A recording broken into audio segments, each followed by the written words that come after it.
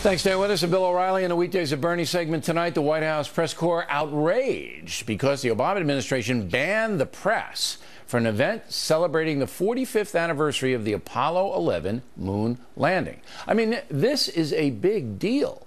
America getting to the moon first 45 years ago. Neil Armstrong walking around, the entire country celebrating back then. So why on earth wouldn't the president want press coverage? On behalf of the Correspondents Association, I just want to lodge a formal complaint about the Apollo 11 event today. The stills, a presentation of that, limits television coverage of that event. We believe that that is a classic definition, something that should have the broadest press coverage imaginable. Joining us now from North Carolina, Bernie Goldberg has been investigating. So I don't, this to me, for the life of me, I can't figure this out. Do you know why? Oh, well, I'll give you a strong possibility. What if one of the astronauts goes up and says, Mr. President, I think you made a big mistake by gutting the manned space program? What if another astronaut says, Mr. President, it's humiliating for Americans to have to hitch a ride to the space station on a Russian rocket? You think the president needs the press around to hear any of that? Okay, no. but wait. Just, Bill, they could do that remember, anyway. They could look. The two guys involved, Aldrin and Collins, they could do that anyway. They could hold a press conference and they could say that. It's different. It's different if you're right there with the camera.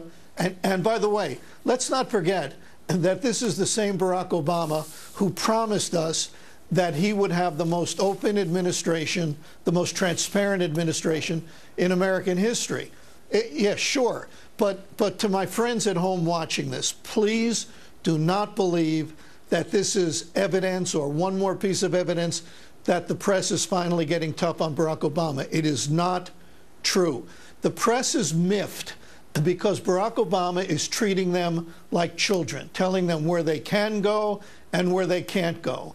When they show some interest in the IRS scandal, when they show some interest in Sergeant Bergdahl, who is off the radar screen altogether, then maybe I'll reconsider my position, but not until then. Okay, so you think that they were told they couldn't cover this and their egos feelings were hurt, but I still think it was a dumb thing. But I can't imagine either. Well, Aldrin's pretty feisty. Aldrin is a feisty guy. So maybe Collins wouldn't do it. But maybe they were worried about Aldrin saying, you know what, we used to be a great nation in space, now we're not. Right, exactly. And Mr. President, please rethink it. Embarrassing him, worldwide headline. Possible. All right. Administration is angry about anonymous sources being used by the Washington Post and others to attack it. But this is an age-old thing, anonymous sources, right?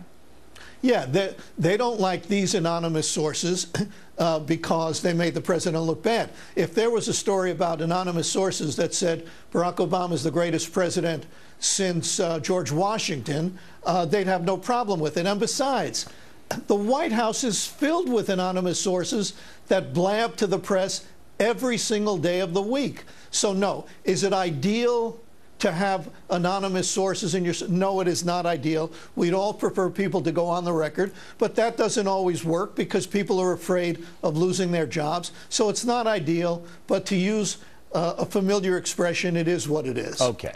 I would never say that because it's a cliche and we have... I know, I apologize. We're not kicking any cans down the road and we're not going home at the end of the day. Now, I need your advice, Goldberg, okay? I need Goldberg's advice.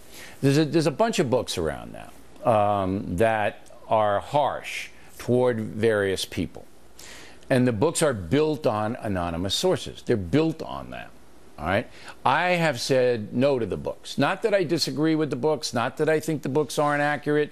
I've read some of the books, but I just feel queasy putting authors on who come in and they say pretty terrible things about people, both on the left and the right, but they don't have backup for it. And you can make a lot of money doing that. So am I wrong for not featuring those books? No, you're not wrong. I totally agree with you. Oh, my God. Now I know I'm in trouble.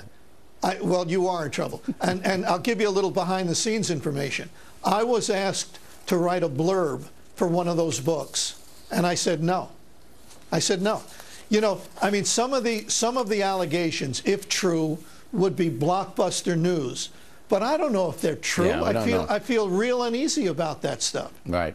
And there's a lot of money to be made in those precincts because the books sell anyway. But I just feel uneasy about it. So we got a policy now. If the book is primarily anonymous sources, no matter what it is, we're not going to do it. Bernie Goldberg, everybody. Gutfeld and McGurk on deck. Big political brawl. I'm going to show it to you in a second. Could this happen in America? Should it happen? Yes! We want that to happen.